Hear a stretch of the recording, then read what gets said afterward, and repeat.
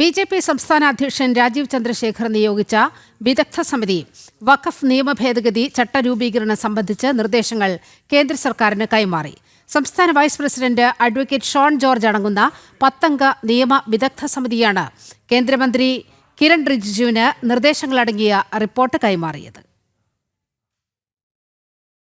ഭേദഗതിയുടെ ചട്ടങ്ങൾ രൂപീകരിക്കുന്നതിനു മുമ്പ് കേരളത്തിലെ വഖഫ് അധിനിവേശത്തിന്റെ യഥാർത്ഥ പ്രശ്നങ്ങളും പരിഹാരമാർഗങ്ങളും പഠിച്ച നിർദ്ദേശങ്ങൾ സമർപ്പിക്കാൻ ബി.ജെ.പി. സംസ്ഥാന അധ്യക്ഷൻ രാജീവ് ചന്ദ്രശേഖർ 10 സമിതിയെ നിയോഗിച്ചിരുന്നു.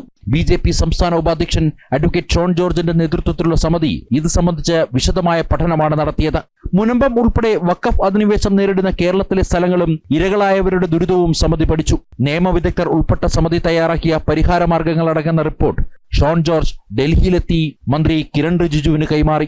റിപ്പോർട്ട് വിലയിരുത്തി ഉചിതമായ നടപടികൾ സ്വീകരിക്കാമെന്ന ഉറപ്പ് കേന്ദ്രമന്ത്രി നൽകിയതായി ബി.ജെ.പി. സംസ്ഥാന vice president advocate Shone George അറിയിച്ചു. കേന്ദ്ര ന്യൂനപക്ഷകാര്യ മന്ത്രാലയ ഉദ്യോഗസ്ഥരുമായും സംഘം ചർച്ച നടത്തി. ജനം, ഡൽഹി.